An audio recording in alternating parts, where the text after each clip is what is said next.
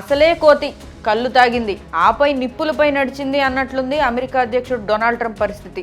నిన్నటి వరకు గ్రీన్లాండ్లోని 57,000 మంది ప్రజలు మాతో ఉండాలని కోరుకుంటున్నారు కాబట్టి మేము గ్రీన్లాండ్ని స్వాధీనం చేసుకుంటామన్నారు. వాస్తవానికి ఉత్తర అమెరికా నుంచి గ్రీన్లాండ్ మీదుగా యూరప్ చేరుకోవడం చాలా సులువు, దగ్గర కూడా.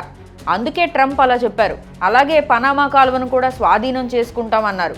మొదట ఓకే చెప్పిన చిన్న దేశం పనామా ఆపై మా సార్వభౌమత్వాన్ని కాపాడుకుంటామని తేల్చి చెప్పింది. ఇప్పుడు గాజాను స్వాధీనం చేసుకుంటామని ట్రంప్ చెప్తున్నారు. ఈ ప్రకటనతో ట్రంప్ హయాంలో అమెరికా ఆక్టోపస్లా మారి అనేక దేశాలను తనలో కలుపుకోవాలనుకుంటుందని తెలుస్తోంది. ట్రంప్ ధోరణి ప్రపంచ వాసులను కలవరపెడుతుంది.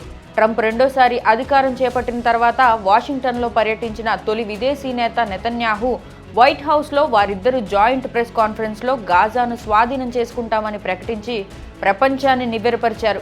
వాస్తవానికి పాలస్తీనా భూభాగం మీద అమెరికాకు ఎలాంటి హక్కు లేదు. పనిలో పనిగా జో బైడెన్ తన పదవీ కాలంలో ఇజ్రాయెల్కు శత్రువులు పెరిగేలా చేశారని కూడా నిందించారు. హమాస్ తిరిగి బలపడకుండా చూసుకోవాల్సిన బాధ్యత అమెరికాపైనే ఉందన్నారు. వాస్తవానికి ఈ పేరుతో మధ్య ఆసియాలో తన ప్రాబల్యాన్ని పెంచుకోవాలని అమెరికా ప్రయత్నిస్తోంది. గాజాలో నివసిస్తున్న 18 లక్షల మంది ప్రజలు పక్కనున్న అరబ్ దేశాలకు వెళ్లాలని, యుద్ధంలో ధ్వంసమైన గాజా భూభాగంలోని పేలని బాంబులను తొలగించి తిరిగి అభివృద్ధి చేసేందుకు అనుమతించాలంటున్నారు ట్రంప్.